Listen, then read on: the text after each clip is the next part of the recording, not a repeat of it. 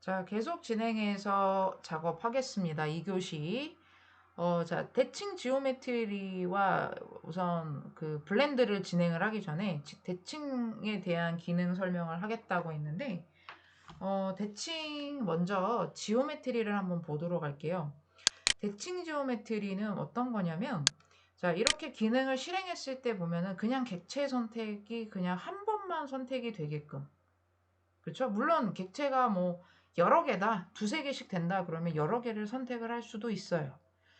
그래서 지금 이런 상태에서 만약에 본다면 그냥 제가 객체 선택을 하면 지금 우리가 앞에서 작업한 객체가 결합이 됐기 때문에 자, 얘를 그냥 가서 선택을 하게 되면 이 한 덩어리가 그냥 전체가 다 선택이 돼 버립니다. 예, 그래서 만약에 내가 어떠한 평면을 어떤 방향으로 지정을 했다. 그러면 일단 평면을 제가 다른 데다 하나 미리 좀 하나만 더 만들어 놓고 보여드리는 게 좋을 것 같은데, 예를 들어서 저 멀리에다가 하나 평면을 그냥 대충 제가 만들었어요. 그래 놓고 대칭 지오메트리를 다시 얘를 선택을 하고 나는 이 평면으로 대칭을 하겠다라고 하면 이런 식으로 반대편에 이 몸체가 그대로 복사가 돼 버립니다.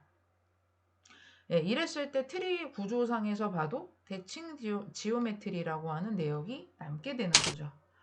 자, 그런데 대칭 지오메트리는 이래서 전체를 복사하는 이런 개념으로 지오메트리라는 단어를 쓰는데 더보기에 가보면 대칭 특징 형상이라고 하는 것은 뭐냐면 이 특징 형상이라고 하는 메뉴는 비슷해 보이면서도 약간 차이가 있어요. 아까 봤던 기능과 일단 초기화를 한번 시켰고 특징 형상이라는 것은 어떤 특징적인 부위만 가지고 오겠다라는 거예요.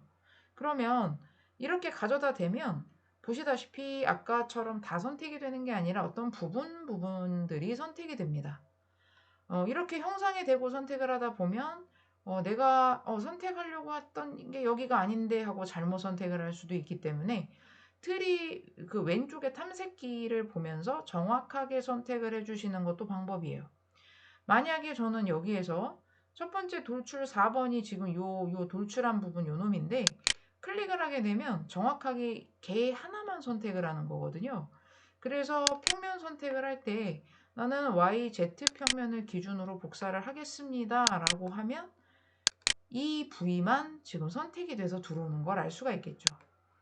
예, 그래서 차이점을 보면 여러분들 이해가 되시죠? 지오메트리와 특징 형상의 차이. 예, 그래서 그렇다면 우리는 여기에서 어떤 방법을 쓰면 좋을까요? 만약에 대칭 지오메트리를 쓴다면 문제가 될까요?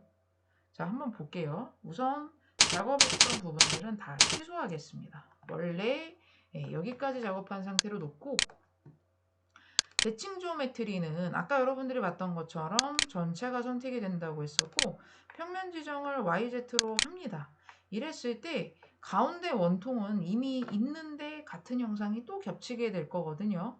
그렇지만 이렇게 되더라도 부피나 어떤 면적에 영향을 주진 않아요. 단 지금 객체가 이쪽과 이쪽의 객체가 두 개가 겹쳐 있는 거다 보니까 만약에 이렇게 작업을 하는 학생들일 경우에는 결합을 한 번 더 하셔야 됩니다. 왜? 두 덩어리로 따로따로 존재를 하면 안 되거든요.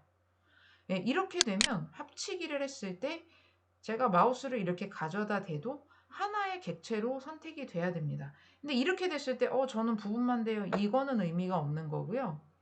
만약에 그것을 확인하는 방법은 여러분들이 여기 필터나 이런 데 가보면 선택 필터에 보면 곡선이나 면이나 모서리 내가 선택하고 싶은 부위만 선택할 수 있는 필터들이 있어요. 그런데 여기에서 만약에 솔리드 바디를 선택을 하고 싶다. 그럼 얘가 바디거든요. 눌러서 갖다 대보시면 이렇게 지금 빨갛게 다 잡히는 거 보이시죠? 이러면 몸체가 하나인 거예요. 그런데 만약에 방금 전에 결합을 했었던 상태가 아니다. 요걸 제가 지워보고 다시 바디 상태로 갖다 대보면 양쪽이 따로따로 잡힙니다. 예, 그래서 대칭 지오메트리라는 기능을 쓰지 말라는 것은 아니고요. 대칭을 써도 이렇게 몸체로 갔을 경우에는 여러분들이 결합이라든지 이런 작업들을 한 번 더 써주셔야 된다는 거고, 자, 대칭 지오메트리를 다시 취소를 하고 이번에는 나는 가운데 원통은 있으니 오른쪽에 있는 날개 부위만 가지고 오면 된다. 난 이 부위만 복사를 하겠다. 그럴 때는 자, 다시 한번 대칭 특징 형상을 써서 어디를 보냐면 지금 이 부분에 해당하는 작업 내역이 어디냐면 제일 첫 번째 회전을 빼고 스케치부터 돌출 4번, 5번, 6번까지 예, 구멍까지가 바로 이 작업에 해당하는 내역이거든요. 그래서 스케치를 제외한 어떤 형상만 가지고 올 거니까 이 세 개를 한꺼번에 다 선택을 할 겁니다. 그러면 특징 형상에서 선택을 하실 때 이때 그냥 선택하시면 앞에 선택이 해제가 돼버리니까 키보드에서 이때 컨트롤 키를 누른 상태로 추가를 누르면 계속 추가 선택이 됩니다. 하고 다시 한번 평면을 눌러서 같은 평면으로 YZ를 선택을 하게 되면 확인을 눌렀을 때 그 부위가 다 따라오게 되는 거죠. 이때는 대칭 특징 형상으로 부분을 복사했기 때문에 현재 상태는 전체가 한 덩어리로 인식이 됩니다. 그래서 따로 뭐 결합이라든지 이런 것은 해줄 필요가 없는 거죠. 자, 여기까지 기능 여러분들 이해되시죠? 자, 그러면은 저는 대칭 특징 형상으로 작업을 하고 싶은데 자, 잠깐 얘를 취소를 다시 한번 하고 그러면 원래 하려고 했던 이 부분의 블렌드 작업을 한번 들어가 볼게요. 도면상에 보니까 R값이 얼마라고 보통은 도면상에 표시가 되기는 하는데 우리 도면에는 지금 그 R값이 표시가 안 돼 있어서 R값은 제가 여러분들한테 정의를 해드릴 거예요. 그래서 블렌드를 이용해서 우선 R값을 한 5mm 정도를 먼저 제가 한번 넣어볼게요. 어떤 느낌이 나게 나오는지. 네, 좀 한 요 정도네요. 5mm면. 네, 그래서 한 5mm 정도를 넣고 한번 해볼 건데, 자, 여기서도 도면에 나와 있는 R값의 형상과 비슷하게 나오는지 여러분들 확인해야 되는데, 지난 시간에도 제가 블렌드를 넣는 순서에 따라서 모양이 달라질 수 있다고 했었어요. 자, 한번 보세요.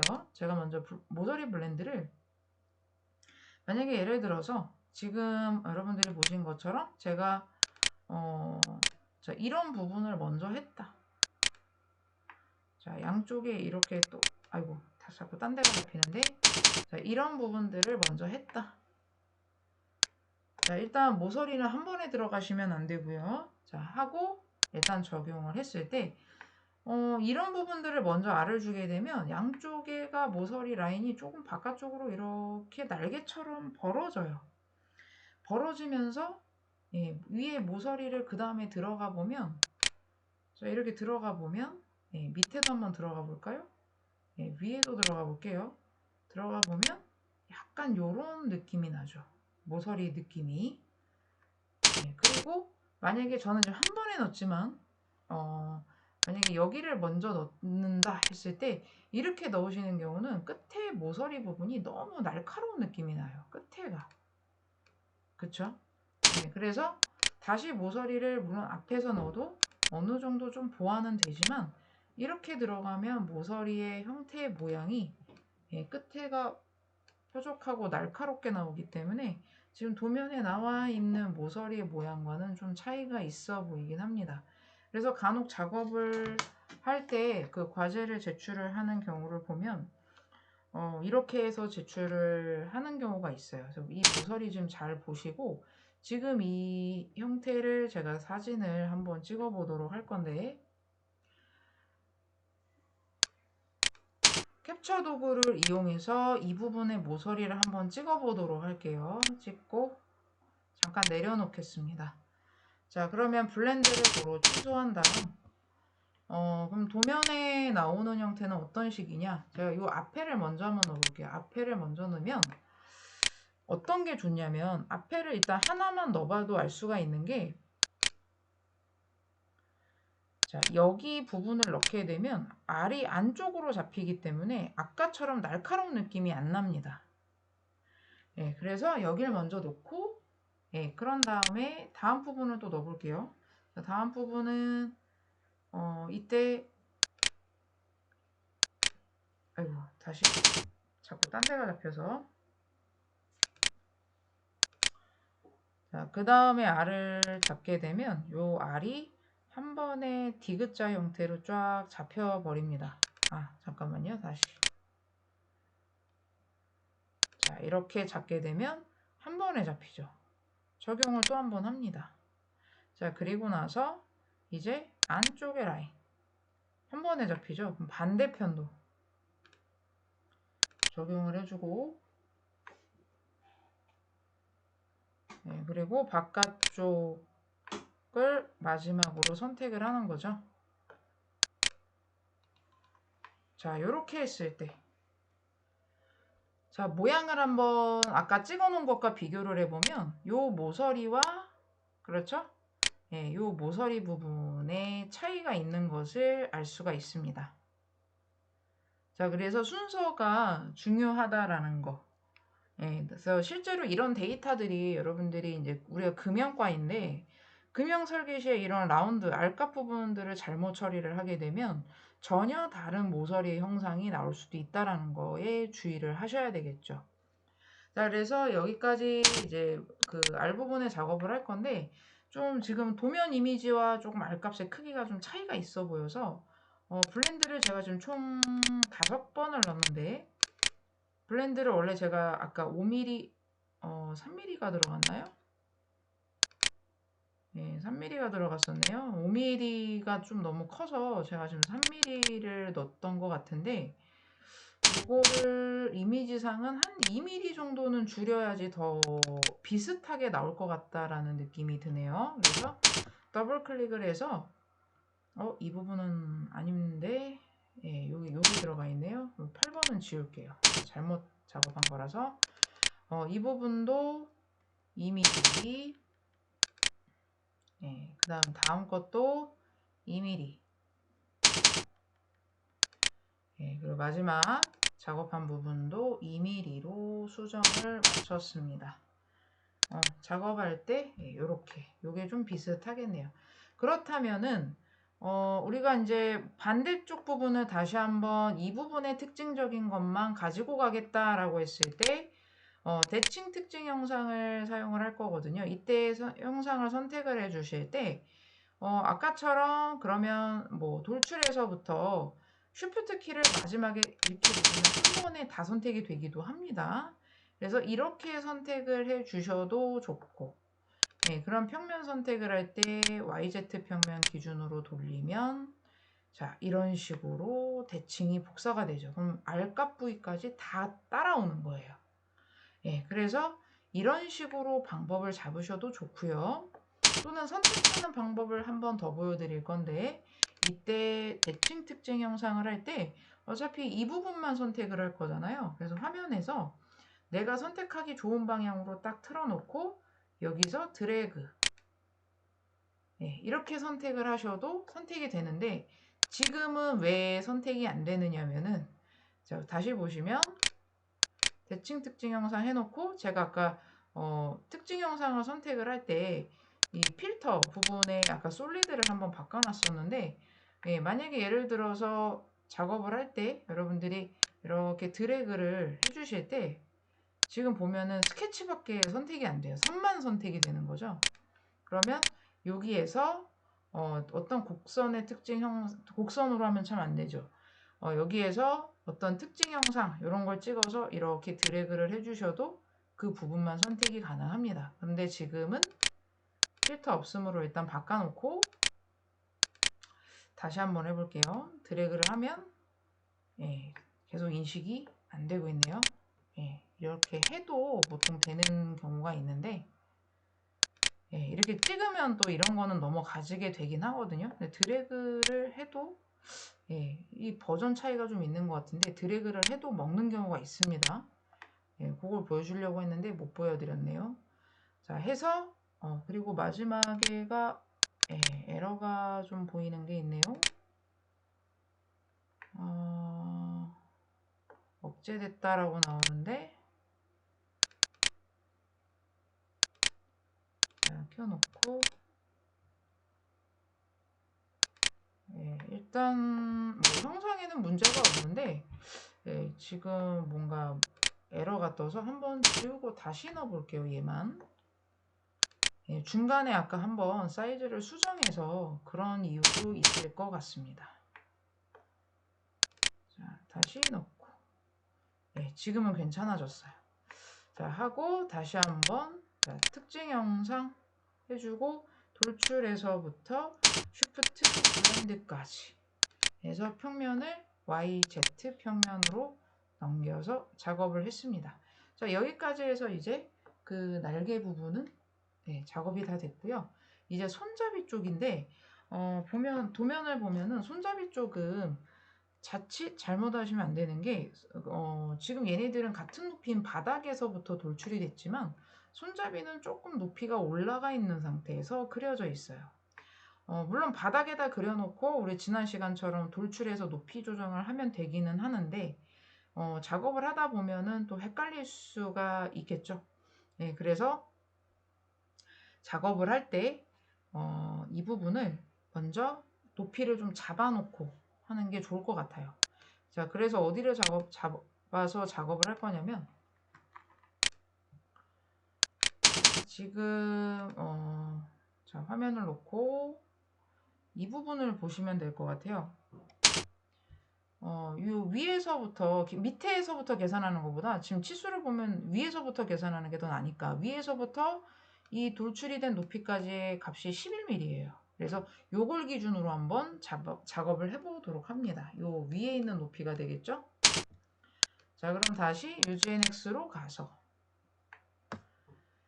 자, 그 11을 잡는다는 얘기는 자, 데이텀 평면을 기준으로 해서 우리 지난 시간에 이 평면을 한번 만들어 봤었는데 내가 지정하고자 하는 면으로부터 점이 잡히지 않도록 주의하시고 자, 이렇게 됐을 때 평면이 잡히게 이게 점이 잡히시면 안 돼요. 그래서 선택을 했을 때 평면이 잡히고 이 평면으로부터 지금 너무 올라갔는데 자, 아래쪽으로 11mm가 내려오면 됩니다. 정확하게 11을 쳐주면 이렇게 중간에 딱 걸치겠죠. 자, 그래서 확인 눌러주신 다음에 지금 이 평면을 만들어준 이유는 우리가 스케치를 하려고 하는 거겠죠. 자, 그래서 항상 가장자리 쪽이 인식이 잘 된다 그랬어요. 그래서 클릭 한번 해주시고 자, 이때 이 방향으로 스케치를 들어가고 싶은데 얘가 이렇게 돌아가지네요. 자, 다시 나와 볼게요. 다시 스케치를 들어가서 다시 눌러서 들어가고 싶은데 왜 내 맘대로 이렇게 방향이 안 틀어지냐면 대부분은 일반적인 스케치는 거의 인식이 잘 되는 편인데 그게 잘 안 되는 느낌이죠. 그 이유는 뭐냐면 여러분들이 오토캐드 작업을 할 때도 보신 적이 있겠지만 화면 왼쪽 하단에 항상 좌표의 방향이 X는 오른쪽, Y는 위로 들어가 있어요. 그러니까 우리가 3D상에서 스케치를 할 때도 항상 스케치 방향은 이 X와 Y 방향의 방향성을 항상 유지를 해줘야 되거든요. 그런데 지금 스케치를 들어갈 때 보면 클릭을 딱 가장자리를 하고 들어갔을 때 이 인식이 되는 좌표의 방향을 보시게 되면 빨간색이 X고 지금 녹색이 Y인데 X와 Y 방향이 이렇게 잡히다 보니까 얘네들이 X와 Y 방향대로 이렇게 틀어져서 평면화가 되는 거죠. 그러니까 자꾸 내가 원하지 않는 방향으로 돌아가는 거예요. 자, 그러면 다시 한번 정리를 좀 해서 자, 홈키를 누르고 그쵸? 다시 놓고 스케치를 다시 한번 들어가 봅니다. 그러면 자, 이 평면을 인식을 시키는데 지금 보다시피 내가 원하는 대로 가려면 X는 이쪽으로 가고 Y가 저쪽으로 가야지 맞는 건데 지금 현재 얘는 상태가 그렇질 않아요. 이럴 때 할 수 있는 방법이 뭐냐면 이 오른쪽에 지금 뜨는 화면 우리가 항상 그냥 별 대수롭지 않게 생각하고 넘어갔던 화면이었죠. 여기에서 여기에서 보면 수평이라는 게 있고 수직이라는 게 있어요. 이렇게 수평 수직이라는 게 이렇게 나옵니다. 이렇게 봤을 때 뭐 수평 수직만 바꿔도 간혹 좌표가 바뀌는 느낌이 드는 것도 있어요. 그렇죠? 지금 좌표가 바뀐 것처럼. 그런데 이때 추정됨도 있고 뭐 세평면도 있고 또는 평면상에서도 있고 되게 많아요. 근데 여러분들이 제가 지금 약간 좀 헷갈릴 수 있을 거라고 생각이 드는 게 여러분들이 지금 학생용 버전을 쓰고 있다 보니까 제가 지금 이 설명을 어떻게 해야 될지 좀 저도 난감한데 일단 리셋을 한번 하고 이렇게 지금 저는 메뉴가 요건데 왠지 제 생각에는 여러분들 메뉴가 요거랑 조금 다르게 나올 것 같다는 생각이 들어서 예, 혹시라도 지금 제 강의를 듣다가 그런 상태인 것 같다 싶은 학생들이 있으면 좀 요 캡처, 스케치 상태를 캡처해서 한번 보내주시면 예, 제가 그거에 따른 설명을 해줄 수 있을 것 같습니다. 예, 그래서 좌표계를 만약에 지정하겠다 그러면은 여기 보면 저는 메뉴가 좀 이렇게 뜨는데 사실 여러분들 메뉴가 더 편할 수도 있습니다. 그래서 이런 메뉴들을 눌러보면 좌표계를 지정하고 메뉴를 YC로 바꿨잖아요. 네, 클릭하면 방향성이 좌표계 지정이 잘 안 되는데 다시 한번 자 클릭을 하고 그쵸? 예, 그 다음에 이제 이 Z의 방향이 뒤집어져도 되고 뭐 여러 가지 방법이 있어요. 근데 지금 얘는 메뉴가 지금 많지가 않아서 제가 좀 여러분들한테 보여드릴 수 있는 게 조금 한계가 있네요.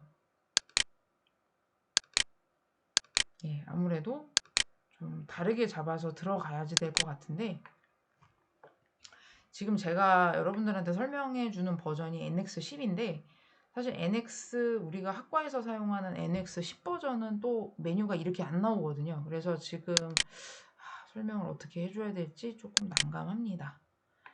예, 우선은요. 그럼 설정을 하지 말고 예, 그냥 한번 들어가 볼게요. 예, 방향이 틀어져 있긴 해도 그 잡는 건 제가 추후에 다시 설명을 드릴게요. 그럼 저는 이 위에다 그릴 건데 자, 사각형을 위로 대충 이 정도 위치에다 하나 그립니다. 한 이 정도쯤에 손잡이가 있을 것 같은 자, 치수 끄고 자 여기다가 손잡이 자 라고 생각하고 그 다음에 우리가 아까 했었던 것처럼 그냥 단순하게 원을 그려서 예, 뭐 대략 봐도 이런 모양이잖아요. 그죠? 그런데 가운데 있는 Y축선과 이 중심이 맞아야 된다라고 해서 여기에서 지오메트리 모속 조건의 곡선상의 점 Y축과 중심점을 맞추면 보통 뭐 하나만 맞춰도 뒤에까지 맞추지 않아도 추후에 여기는 치수가 또 들어갈 거기 때문에 이렇게 해서 하나만 우선 맞춰 보도록 하겠습니다. 지금 저도 도면을 보면서 작업을 하고 있는데 도면에 나와 있는 치수를 보면서 이제 다음 작업을 하겠습니다. 급속 치수를 켜고 자 가운데 원점 X축이 있는 데서부터 첫 번째 중심점이 있는 데까지의 거리가 90이나 떨어져 있네요. 예, 그 다음에 얘네들 사이는 그렇게 멀지 않아요. 예, 그래서 40mm 정도. 자, 40을 주고 그런데 반지름이 R이 20이네요. 지금 바깥에 있는 것을 기준으로 R이 20이면 우리 지름이니까 지금 40mm를 넣어줘야 될 거예요. 자, 이렇게 해서 이제 바깥쪽 부분에 대한 거. 예, 그러면 이제 안쪽은 보통 여러분들이 이제 트림을 하고 싶겠죠. 그래서 뭐 이런 데는 한번 잘라보도록 할게요. 예, 그래서 구속이 이렇게 되면 다 지워질 수 있다 그랬죠. 예, 다 풀어져요. 다시 눌러보면 이 색깔 보세요. 다 풀어졌죠. 그러니까 이렇게는 절대로 하시지 말고 마지막 하나 남은선은 그냥 살려놓으세요. 그럼 구속이 살아있잖아요. 그죠? 그래서 요 선도 참조선, 요 선도 참조선 이렇게 해놓으시면 예, 작업이 좀 편할 것 같아요. 자 이렇게 해놓고 나서 자 안쪽에가 보면은 치수가 이렇게 또 같은 라인이 하나가 있는데 여기는 지금 반지름이 R이 10이에요. 그리고 바깥에가 좀 전에 했던 게 R이 20이었잖아요. 그렇게 된다면 이 안에 두께는 얼마나 될까요? 예, 바로 빼기만 잘하면 되는 거죠. 8mm 정도의 차이가 나요.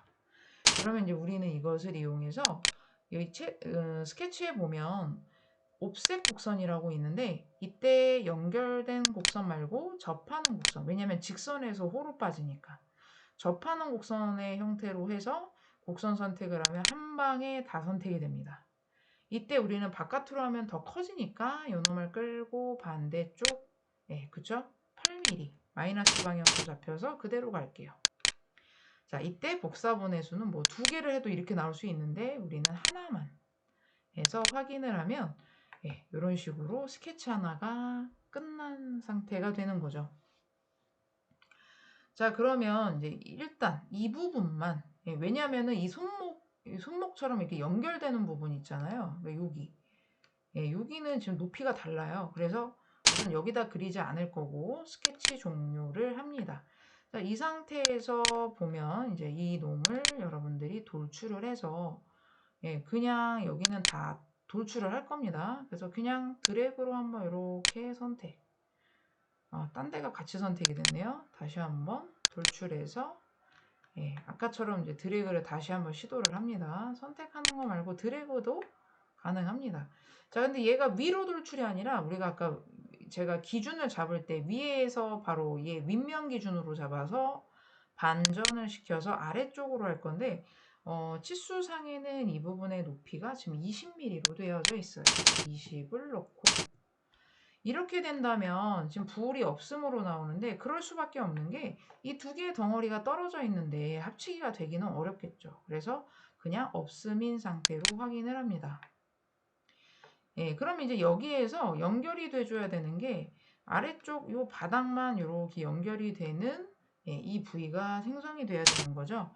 자, 그럼 어떻게 할 거냐면은 지금 이 부분, 그러니까 높이에다가는 얘를 그릴 수가 없던 게 높낮이가 달라서였죠. 뒤집어서 요 면으로 다시 한번 스케치를 들어갈게요. 자, 이렇게 들어가서 확인.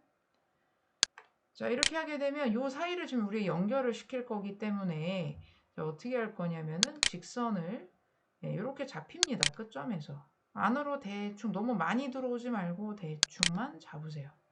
여기도 직선에서 대충 잡아서 그냥 마감만 주시는 걸로. 마감만 주시는 걸로.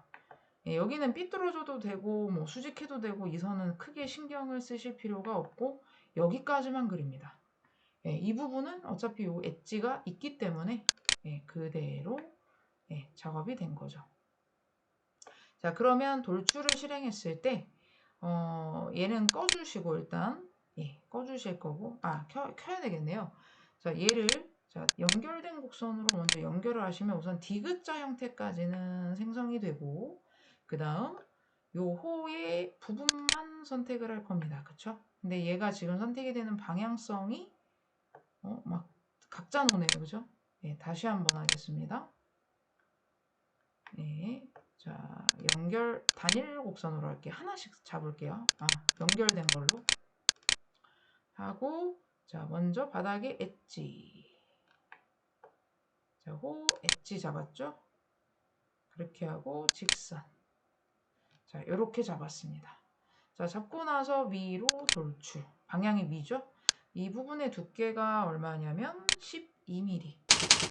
얘 두께랑 달라서 지금 따로 작업하는 거죠. 이때 불이 이제 결합이 뜨는데 이때 주의하셔야 될 것은 얘가 결합이 되는 것은 지금 현재 바디 선택이 하나만 됐기 때문에 이 양쪽이 한꺼번에 결합이 되진 않습니다. 그래서 다시 한번 풀려졌는데 다시 한번 해보면 얘가 선택이 됐을 때 자, 엣지 잡고 요놈 잡고 옵션을 안 바꿨네요. 연결된 곡선으로 이렇게 잡으면 자, 방향을 위로 올렸을 때 12mm 잡고 자, 이때 바디를 한번 이 부분에 한번 선택을 해보세요. 그 한계가 어떤 건지. 그럼 이렇게 노랗게 불이 들어오는 쪽이 결합이 되는 쪽. 이렇게 되면 얘랑은 결합이 되는 건 아닌 겁니다. 일단 적용 확인을 한번 해주면 자, 여기 확인이 됐던 게 어떤 거냐면 왼쪽과 오른쪽에 차이가 있어요. 얘네들이 확실하게 합치기가 된 애들은요. 이 사이에 경계 라인이 안 보입니다. 그런데 이쪽을 한번 보시면 분명히 얘가 속 안에 들어가 있음에도 불구하고 여기는 오히려 합쳐졌으면 경계 모서리가 이렇게 선이 보여야 되거든요. 근데 없어요. 묻혀버린 거죠. 그래서 이런 경우는 한 번 더 결합 위에 있는 결합 버튼을 찾아다가 얘와 얘 덩어리 두 개를 한 번 더 합쳐줍니다. 지금 보면은 이렇게 확실하게 모서리 엣지가 보여지죠. 그리고 나면은 이 부분에도 블렌드가 들어갑니다. 그래서 블렌드를 주실 때 여기도 순서를 어떻게 잡냐면 값은 아까랑 동일하게 할 거고요. 자, 이 부분. 그쵸? 이 부분 주고 그래서 여기도 먼저 이쪽을 먼저 들어가게 되면 여기가 날카롭게 또 모서리가 나올 거기 때문에 여기와 여기 적용. 일부러 따로 들어가는 거죠. 그 다음에 이렇게 잡으면 한 번에 적용이 됩니다. 아래쪽은 블렌드가 없습니다. 자, 이렇게 해서 이제 완성이 된 상태로 정리를 할 거고요. 여러분들이 지금 보시게 되면 왼쪽에 탐색기의 작업 내역이 꽤 됩니다. 이제 여러분들이 작업을 이 돌출이나 회전에 점점 더 적응을 좀 해 나가셔야 되고요. 지금 이 내용을 보면은 이제 좀 지저분해 보이는 부분들이 많아요. 그래서 다시 한번 이 필터에 대한 설명을 또 할 건데, 우리 지난 시간에 숨기기, 이 선이나 이런 것들을 숨기기를 하고 싶으면 컨트롤 B를 쓰라고 했는데, 컨트롤 B를 누르고, 자, 이때, 자, 필터, 이렇게 하나씩 하나씩 선택해서 숨기는 것만 했었죠? 근데 필터에서 나는 스케치만 다 숨길 거다. 그럼 스케치를 눌러주고 전체 드래그 하시면 스케치만 선택이 됩니다. 확인을 하면 자, 스케치가 하나도 안 보이죠? 그러면 얘도 숨기고 싶다. 근데 얘는 하나밖에 없잖아요. 그러니까 그냥 선택하시고 컨트롤 B 눌러서 뭐 순서는 관계가 없기 때문에 이렇게 깔끔하게 작업을 해주시면 좋겠습니다. 자, 이렇게 해서 과제를 제출을 해서 내주실 때는 역시 탐색기 부분을 포함해서 위에 메뉴는 찍어주실 필요가 없는데, 자, 다시 볼게요. 여기서 캡처 도구를 다시 한번 실행을 할 건데, 캡처를 하실 때 요렇게 파트 탐색기에서 요렇게 캡처를 해서 해주시면 좋을 것 같아요. 이렇게 해서 그냥 바로 저장해서 확장명은 크게 중요하지 않아요. 그런데 간혹 제출을 하실 때 지금 여기 보면 PNG 파일, 뭐 GIF, JPG 다 좋습니다. 원하시는 걸로 저장을 해주시면 되고, 내주실 때 파일이 어차피 여러 개가 올라가기 때문에 제출할 때 압축을 하거나 이렇게 제출을 해주는 학생들이 있거든요. 뭐 한글 파일, 한글 문서에 이미지를 막 두세 개씩 다 넣어서 해준다거나. 근데 그렇게까지는 하실 필요가 없습니다. 그냥 이미지 그대로 저장해서 제출만 해주세요. 자, 그래서 이번 시간은 여기까지 정리하도록 하겠습니다.